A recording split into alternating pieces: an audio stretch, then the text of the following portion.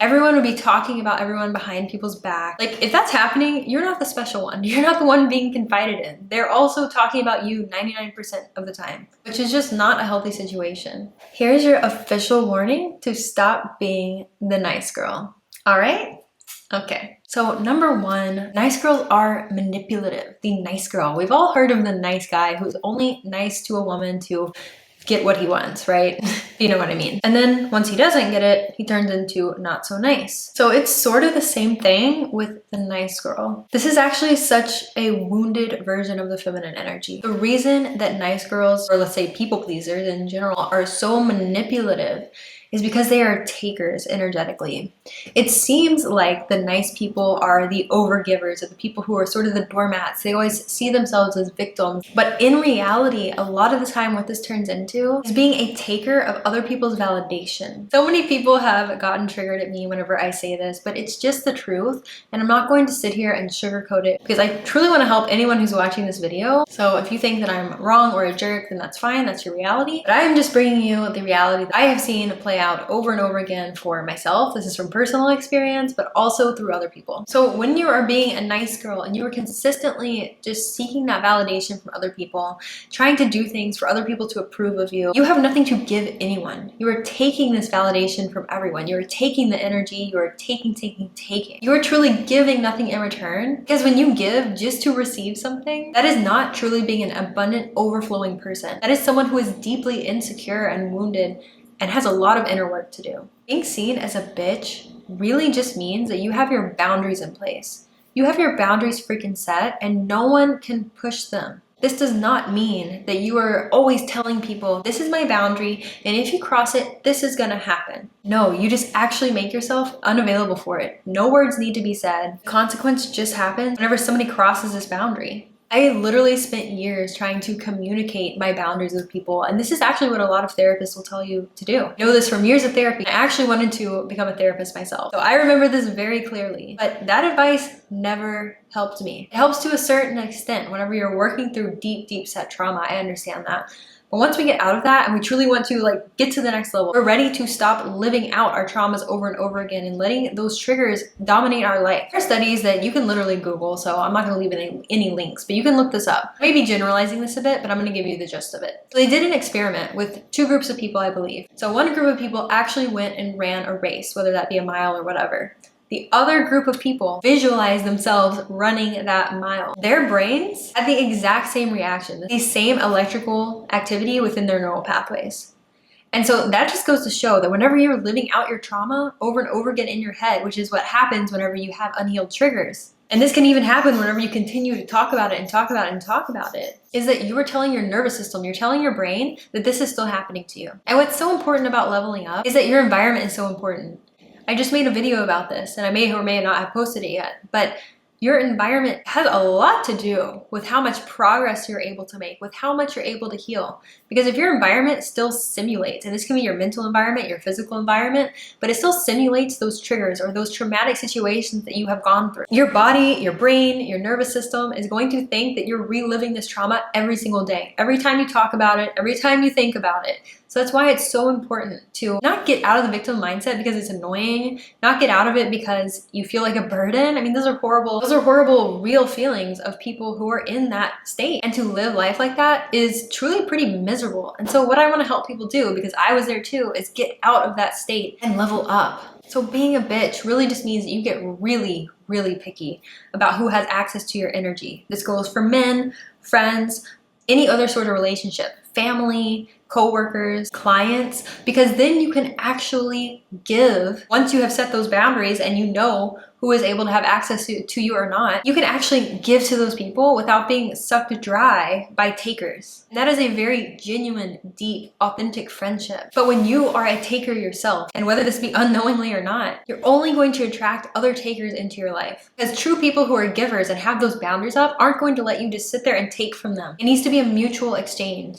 Energetically. When you're able to actually give to people and you have those boundaries up, you're no longer going to be surrounded by these vultures and energy vampires. Even we can so easily become if we have unhealed trauma and don't do the inner work for it. Being a nice girl is also just living, honestly, a miserable life. I mean, what is fun about saying yes to things that you don't even want to do. Not being able to say no whenever you just don't want to do something, you don't have enough energy for it, you're not available for it, and then you end up overextending yourself and potentially flaking on everyone, causing you to not even trust yourself.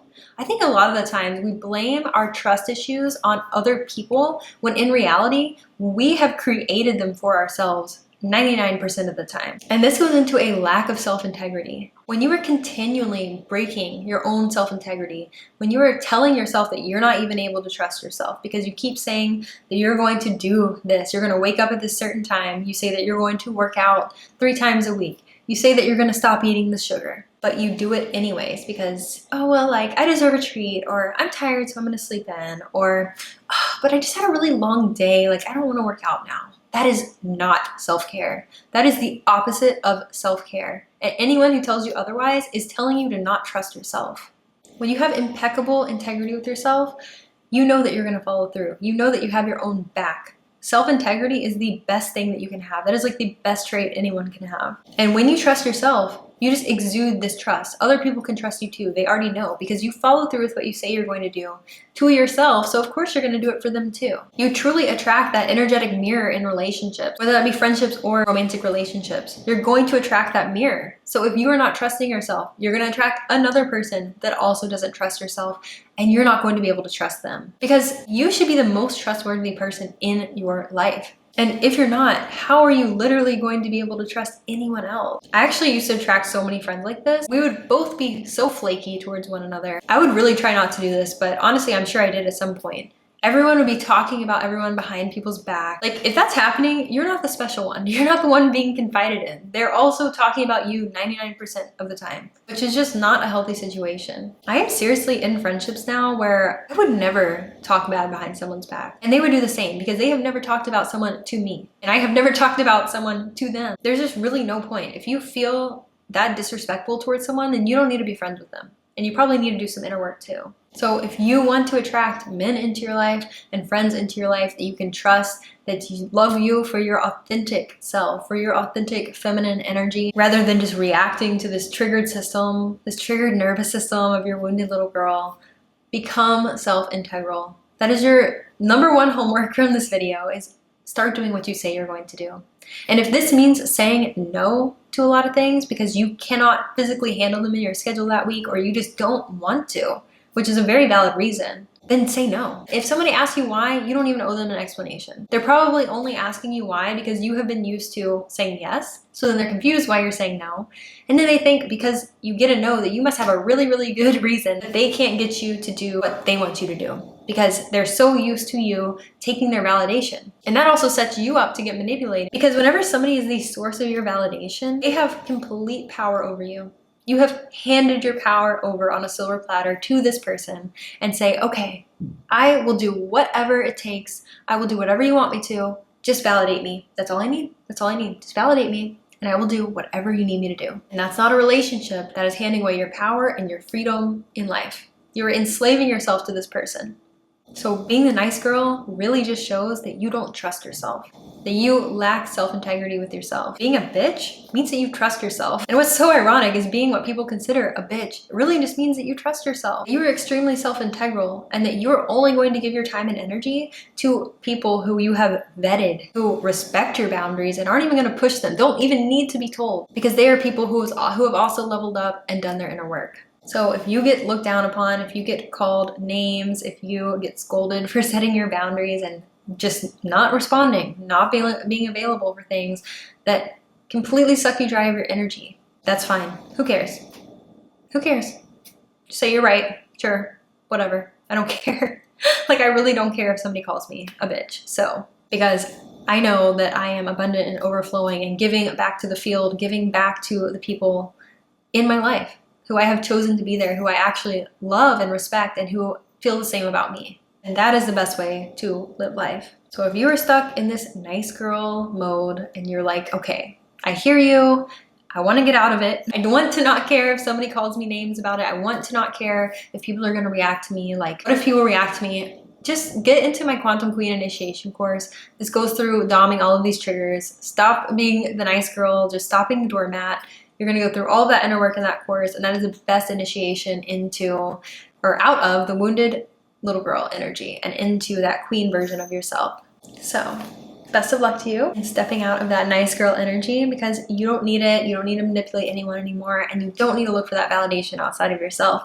That is fragmentation, and that is just a recipe for a very miserable life. So I want to help you in your expansion, and I love you so much. I'll see you in the next video.